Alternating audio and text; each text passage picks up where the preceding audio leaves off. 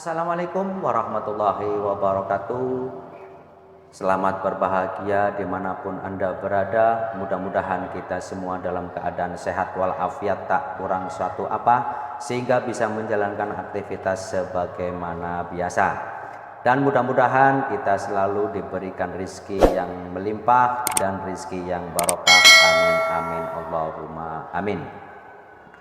Para pemirsa yang budiman, sobat BPS yang berbahagia, sama-sama kita ketahui bahwa kegiatan sensus pertanian 2023 sudah dimulai secara serentak tanggal 1 Juni kemarin, tetapi masih banyak yang bertanya bagaimana cara mengisi L1 dan mengisi L2, di mana di dalam kegiatan sensus 2023 itu ada dua dokumen yang harus kita isi, yaitu dokumen L1 dan dokumen L2.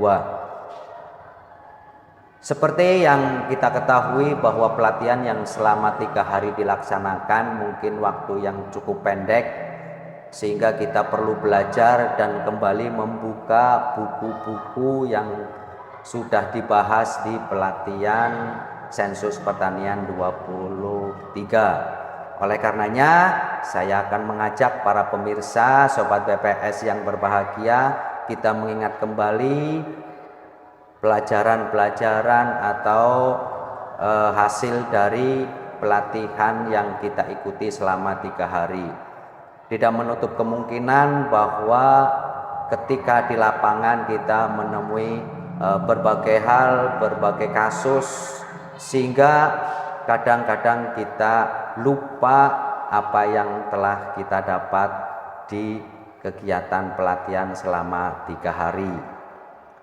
Nah, karena memang kegiatan sensus pertanian 2023 itu banyak sekali pertanyaan di kuesioner atau di dokumen L2, dan di L1 juga sangat penting karena L1 juga berkaitan dengan L2. Apabila di L1-nya kita mengisi dengan baik, maka di L2 kita tidak akan banyak menemui kesulitan. Tetapi kadang di lapangan dengan apa yang ada di buku memang kadang-kadang tidak sesuai atau memang kasusnya berbeda-beda. Maklum, kita hanya pelatihan selama 3 hari. Para pemirsa yang budiman, di mana kita akan mengajak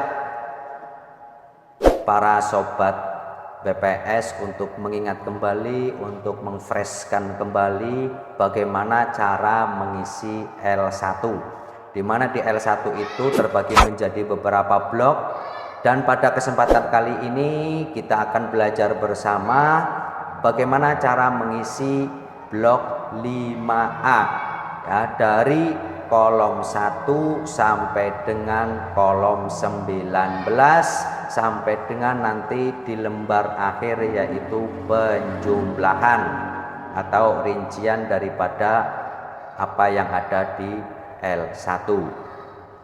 Para pemirsa yang budiman, sebelum kita mulai atau sebelum kita belajar bersama, saya ingatkan kembali bahwa saya juga masih belajar, kita belajar bersama. Apabila nanti ada kesalahan, silahkan dikoreksi dan silahkan ditulis di kolom komentar. Dan tidak lupa saya ingatkan, subscribe, like, dan komen. Karena like, subscribe, dan komen tidak dipungut biaya. Saya ucapkan terima kasih kepada yang sudah subscribe, likes, dan komen. Tentunya subscribe, likes, dan komen Anda semua akan membuat saya lebih semangat dalam membuat video selanjutnya. Sobat BPS yang berbahagia, yuk jangan lama-lama, kita langsung saja menuju ke TKP. Inilah bentuk dari L1 blok 5A, keterangan keluarga rumah tangga, di mana di dalam L1 blok 5A itu terdiri dari 19 kolom. Kolom 1 nomor urut, kolom 2 nama kepala keluarga atau kakak, kolom ketiga alamat, kolom keempat nomor urut rumah tangga atau nomor urut bangunan. Terus kolom 4A itu tidak usah diisi karena memang sudah terisi dari sana. Kolom 5 keberadaan keluarga, kolom 6 pengelolaan makan dan minum, di kolom 7 nomor urut rumah tangga, kolom 8 identifikasi kakak atau KRT, kolom 9 nama kepala keluarga KRT, kolom 10 sampai dengan 16 adalah kegiatan ART dalam melakukan atau pengelolaan pertanian. Di situ ada tanaman pangan, perkebunan, hortikultura, peternakan, perikanan, kehutanan, dan jasa pertanian. Nomor 17 subsektor utama, kolom 18 jumlah ART yang memelihara atau mengelola kegiatan pertanian. Dan nomor 19 nomor urut rumah tangga pertanian. Nah, para pemirsa yang budiman, bahwa untuk mengisi L1 ya, di situ ada nomor urut bangunan di kolom 4 itu harus sesuai dengan peta WS, sesuai dengan aplikasi Wilkestat, dan sesuai dengan L1 pada kolom 4. Makanya dalam pengisian ini kita harus mengacu kepada peta WS. Nah, peta WS itu adalah acuan kita untuk menentukan nomor urut bangunan. Nomor urut bangunan diambil dari barat daya. Nah, kita lihat di peta WS-nya. Di peta WS ini, nah di barat daya, di situ rumah yang pertama di barat daya kita tulis nomor urut bangunan 1. Nah, ternyata nomor urut bangunan 1 di barat daya yang pertama atas nama Abdul Muiz Nasution.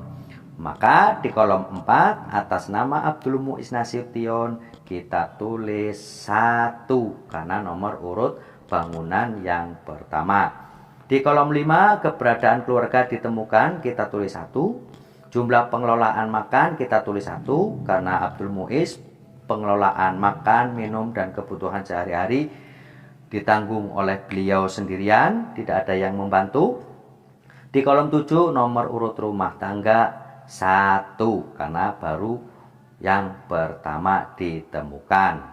Identifikasi kakak atau KRT kita tulis 3. Kode 3 itu berarti kepala keluarga sekaligus KRT. Maka kita tulis 3. Nah, di kolom 9 itu tidak usah diisi karena di kolom 8-nya berkode 3. Kolom 9 diisi kalau di kolom 8 itu berkode selain 3 yaitu 2 atau 1, maka kolom 9 harus diisi. Nah, kebetulan Pak Abdul Muiz menanam jagung. Nah, jagung itu termasuk tanaman pangan. Maka yang kita isikan kolom 10, kita tulis 1. Nah, kebetulan Pak Abdul Muiz itu hanya mengelola tanaman jagung, perkebunan, perikanan, dan lain sebagainya itu tidak ada, maka kolom 11 sampai dengan 16 di strip. Nah, kolom 17 subsektor pertanian kita beri kode 1. Kode 1 itu adalah tanaman pangan. Nah, jumlah ART yang memelihara kita tulis 1 karena Pak Abdul Muiz sendirian. Nomor rumah tangga pertanian kita tulis 1 karena baru pertama yang kita temukan di lapangan. Nah, itu berarti untuk Abdul Muiz sudah selesai. Terus kita lihat peta WS lagi. Kita geser ke rumah sebelahnya. Ternyata di rumah sebelahnya ada rumah atas nama Aditya Maulana. Maka di samping rumah Abdul Muiz di peta WS kita tulis 2. Nah, ternyata nomor bangunan 2 itu atas nama Aditya Maulana. Maka di kolom 4 Aditya Maulana kita tulis 2. Nah, ternyata setelah kita ketemu dengan Aditya, ternyata di situ ada 2 kakak. Kakak yang pertama atas nama Aditya dan kakak yang kedua atas nama Agus. Ternyata Agus itu punya anak, ternyata Aditya itu punya anak yang bernama Agus. Nah, bagaimana cara pengisiannya? Kita isikan dulu punya Aditya. Untuk Agusnya nanti kita selesaikan juga. Nah, Aditya nomor urut bangunan kita tulis 2, keberadaan ditemukan, jumlah pengelolaan makannya 1 karena sendirian, nomor urut rumah tangga kita tulis 2 karena memang baru 2 yang kita temukan, pertama Abdul Muiz, yang kedua Aditya. Dan identifikasi kakak kita tulis 3 karena semua pengelolaan dan lain sebagainya dikelola oleh Aditya, maka Aditya sebagai kepala keluarga dan sebagai kepala rumah tangga. Kolom 9 tidak usah diisi.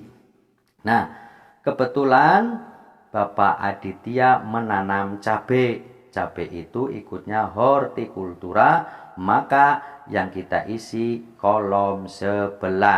Nah, Pak Aditya ternyata hanya mengelola hortikultura, maka nomor kolom 10, 12, 13, 14, 15 kita kosongkan. Subsektor utamanya adalah di kolom 17. Subsektor utamanya adalah 2, berkode 2 itu berarti hortikultura. Jumlah RT yang memelihara, ternyata beliau hanya memelihara sendirian, maka ditulis 1. Nomor urut rumah tangga usaha pertanian kita tulis 2. Kenapa 2? Karena yang pertama atas nama Abdul Muiz dan Aditya yang kedua. Tuh, sudah selesai. Nah, bagaimana cara mengisi Agus yang statusnya adalah anak Aditya yang sudah menikah dan sudah punya kakak sendiri, tetapi kebutuhan makan dan minumnya ikut Aditya atau ditanggung oleh Aditya. Nah, untuk Agus, nomor urut rumah tangga disamakan dengan Bapak Aditya 2 karena masih dalam satu rumah. Keberadaan keluarga ditemukan. Di kolom 6 pengelolaan makan dan minum Agus ditulis 0 karena dia tidak mengelola makan dan minum. Kebutuhan makan dan minum Agus itu ditanggung oleh Aditya. Nah, maka ditulis 0. Nomor urut rumah tangga disamakan dengan Aditya karena dia yang menanggung semuanya. Identifikasi kakak. Identifikasi kakak Agus itu hanya sebagai kepala keluarga. Kita tulis 1. Nah, di kolom 9 apabila berkode selain 3 itu harus diisi. Nah, kebetulan Agus itu di kolom 8 berkode 1, maka di kolom 9 harus diisi. Ngisinya siapa? Ngisinya adalah Aditya, yaitu yang menanggung semua kebutuhan makan dan minum keluarga Agus ditanggung oleh Aditya, maka Aditya diisikan di kolom 8 di keluarga Agus Mardianto. Nah, untuk kolom 10 sampai dengan 16 tidak usah diisi karena di kolom 6 berkode 0. Nah, kita lihat di atasnya. Di kolom 6 apabila berkode 1, 2 atau 3 itu harus diisi, tetapi kalau berkode 0 di kolom 8, kolom 10, 11 sampai dengan 16 tidak usah diisi, itu dibiarkan saja. Sudah selesai ya untuk Agus Mardianto dan Aditya. Nah, kita lihat peta lagi. Nah, di sebelah rumah Aditya ya, itu ada rumah, kita tulis nomor urut bangunan di situ 3. Ternyata nomor urut bangunan 3 atas nama Bariyah. Maka di kolom 4 atas nama Bariyah kita tulis nomor urut bangunannya 3, disamakan dengan peta WS. Nah, keberadaan keluarga ditemukan, jumlah pengelolaan makan kita tulis kode 1 karena memang pengelolaannya sendirian. Nomor urut rumah tangga kita tulis 3 karena nomor 1 punyanya Abdul Muiz, yang kedua Aditya, dan yang ketiga adalah Bariyah. Dan di kolom 8 berkode 3, identifikasi kepala keluarga sebagai kakak dan sekaligus sebagai KRT. Nah, itu. Dan Bariyah itu ternyata punya tambak ikan. Maka di Bariyah kita isikan kolom 14 yaitu 1. Hanya punya tambak, beliau hanya mengelola tambak ikan. Maka 10, 11, 12, 13 kita conteng. 14 kita isi 1. 15, 16 itu di strip saja. Nah, di kolom 17 berkode 5 karena subsektor 5 adalah perikanan. Nah, di kode 8 jumlah yang memelihara 1 karena beliau sendirian, maka ditulis 1. Nomor urut rumah tangga usaha pertanian kita tulis 3. Nah, kita tulis 3 karena 1 punya Abdul Muiz, yang kedua Aditya, dan Bariyah yang ketiga. Nah, itu ya, untuk Bariyah sudah selesai. Ya, kita lihat peta lagi. Geser lagi ke rumah Bariyah, ke sebelahnya rumah Bariyah, kita tulis nomor urut bangunan 4. Ternyata nomor urut bangunan 4 ditemukan rumah atas nama Andi Triyono. Maka Andi Triyono kita tulis nomor urut bangunannya 4 di kolom 4. Ternyata Andi itu adik dari Bariyah. Nah, maka keluarga ditemukan di kolom 5 berkode 1, di kolom 6 berkode 0. Kenapa? Ternyata Aditya itu sudah punya rumah sendiri, kakaknya terpisah, tetapi urusan makan dan minum dan kebutuhan sehari-hari ditanggung oleh kakaknya yaitu Bariyah. Maka Andi Triyono di kolom 6 berkode 0. Nomor urut rumah tangga Andi Triyono disamakan dengan nomor urut rumah tangga Bariyah yaitu 3. Identifikasi KRT. Nah, Andi Triyono itu berkode 1 karena hanya sebagai kepala keluarga, bukan sebagai kepala rumah tangga. Karena apa? Karena semua kebutuhan makan dan minum ditanggung oleh Bariyah. Maka di kolom 9 untuk Andi kita tulis Bariyah. Nah, sebagai penanggung makan dan minum dan kebutuhan daripada Andi Triyono. Kolom 10 sampai 16 dikosongkan saja karena di kolom 6 berkode 0. Nah, kita lanjut lagi di rumah sebelah Andi Triyono. Sebelah Andi Triyono ada Muzaini. Nah, maka di kolom 4 atas nama Muzaini kita tulis 5 sesuai dengan peta WS nomor urut bangunannya 5. Kepala keluarga Keberadaan keluarga ditemukan. Di kolom 6 jumlah pengelolaannya hanya 1 orang, maka kita tulis 1. Nomor urut rumah tangganya 4, karena 3-nya punya Bariah dan Andi Triyono. Identifikasi KRT atau KK kita tulis 3. Ternyata Muzaini itu tidak bekerja atau mengelola di bidang pertanian, tetapi Muzaini itu bekerja di kantor. Maka 10-16 kita kosongkan saja. 10-16 itu kita strip, maka 17-19 juga tidak usah diisi karena tidak mengelola di bidang pertanian. Selanjutnya kita geser ke Ibu Susilowati, atau kita lihat peta ya. Setelah Muzaini kita geser ke rumah sebelahnya. Rumah sebelahnya kita kasih nomor urut bangunan 6.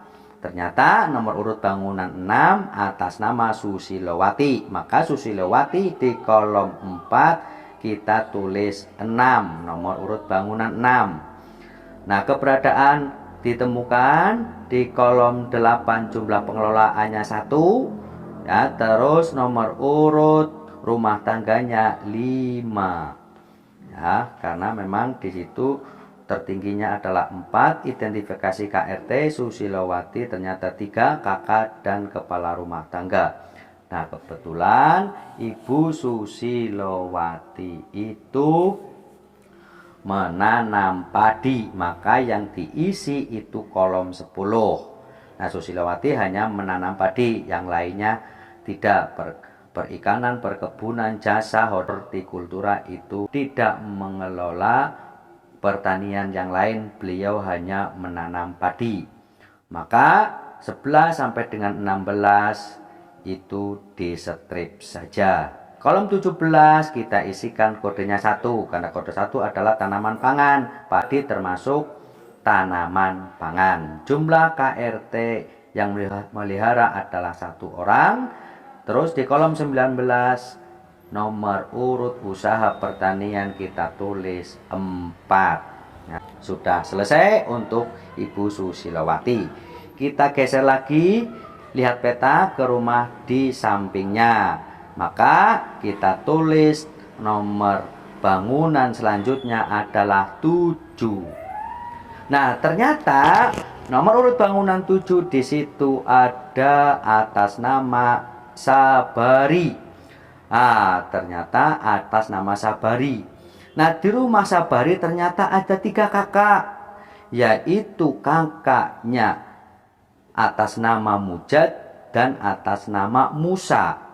Nah, berarti Sabari ini mempunyai anak dan mempunyai menantu yang kedua-duanya sudah menikah dan kakaknya sudah terpisah sendiri-sendiri.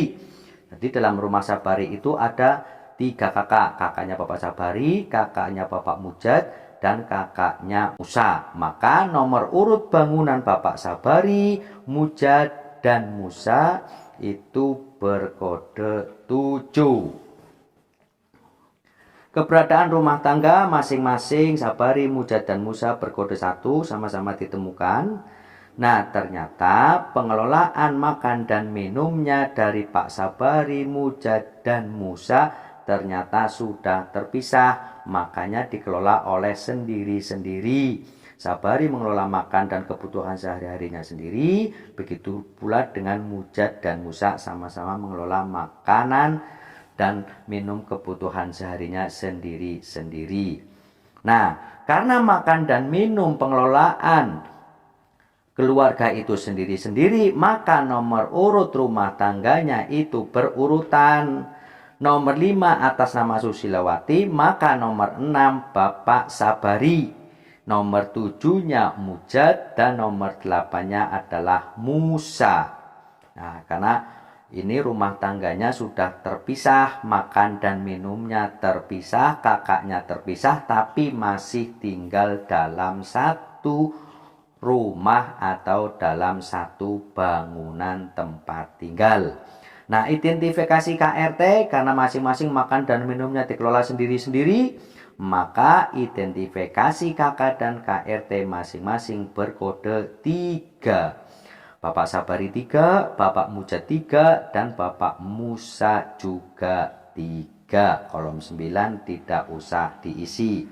Nah, ternyata setelah ditanyakan, Bapak Sabari itu menanam teh. Teh itu ikutnya perkebunan, maka ditulis 1 di kolom 12.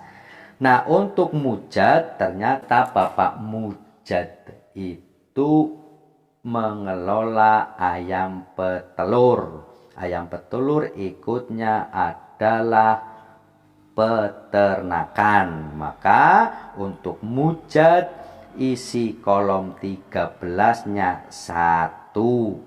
Nah, untuk Musa, ternyata Musa itu punya bengkel. Dia bekerja di bengkel, maka untuk kolom 10 sampai dengan 16 itu kita di strip saja. Nah, untuk Bapak Sabari hanya mempunyai perkebunan teh, yang lainnya tidak, maka kolom 10, 11, 13 sampai dengan 16 kita conteng saja. Nah, untuk 17 atas nama Sabari kita tulis 3 karena kode 3 itu adalah perkebunan. Nah, pengelolaannya Bapak Sabari sendirian, maka ditulis 1. Isikan nomor urut rumah tangga pertanian, kita tulis 5 atas nama Bapak Sabari. Nah, ternyata Bapak Mujad juga mengelola ayam. Nah, ayam petelur, maka Bapak Mujad di kolom 13 kita tulis 1. Nah, karena hanya mengelola ayam, yang lainnya tidak, maka kolom 10, 11, 12, 14 sampai 16 atas nama Mujad di strip saja, dan di kolom 17 atas nama Mujad berkode 4. 4 itu adalah peternakan. Karena pengelolaannya sendirian di peternakannya, maka kolom 18 kita kode 1. Nah, nomor urut rumah tangga pertanian kita tulis 6. Nah, jadi di keluarga Bapak Sabari itu kita mengisi L2-nya 2 ya.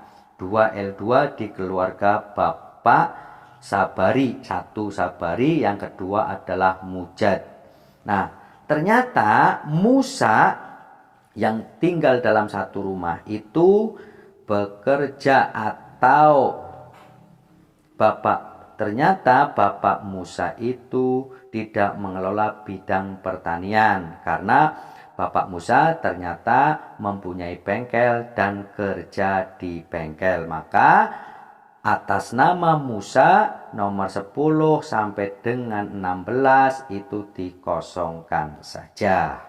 Nah, itu beberapa kasus yang saya temukan di lapangan dan mudah-mudahan bisa untuk menjadi bahan gambaran untuk kita terjun di lapangan. Selanjutnya kita mengisi jumlah rincian pada halaman yang pertama.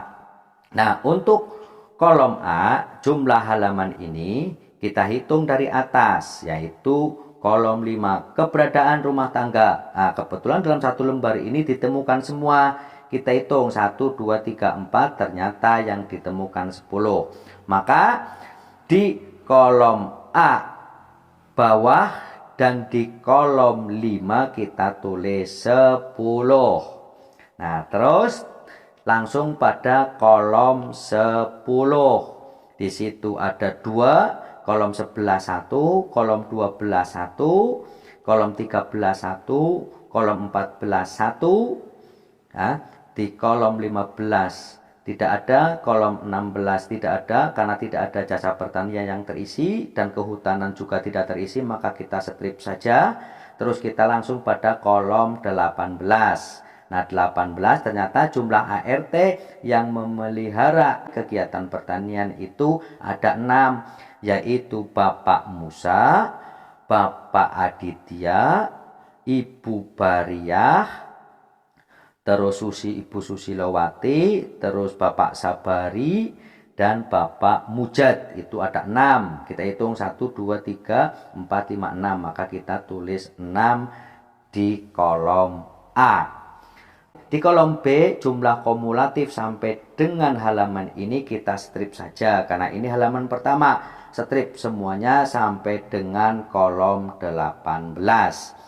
Nah, di kolom C, jumlah kumulatif sampai dengan halaman ini kita tinggal menyalin saja di yang paling atas. Paling atas 10 kita tulis 10, paling atas 2 kita tulis 2, paling atas 1 kita tulis 1, begitu seterusnya sampai dengan kolom 18 disamakan dengan kolom A karena ini halaman yang pertama. Di blok 5A sudah selesai dalam 1 lembar. Ya, penjumlahannya juga sudah selesai. Mudah-mudahan bisa mengingatkan kembali pikiran kita setelah kita mengikuti pelatihan. Dan semoga apa yang saya sampaikan saat ini bermanfaat dan bisa membantu para sobat BPS yang berbahagia. Demikianlah cara mengisi L1 di blok 5A. Mudah-mudahan kita bisa memahaminya. Dan sekali lagi saya ingatkan, apabila ada salah dalam cara mengisi L1, mohon untuk dikoreksi dan silahkan coret-coret di kolom komentar. Itu saja yang dapat saya sampaikan. Mudah-mudahan bisa bermanfaat untuk kita semua. Tidak lupa saya ucapkan terima kasih yang sudah like, subscribe, dan komen. Saya akhiri. Wassalamualaikum warahmatullahi wabarakatuh.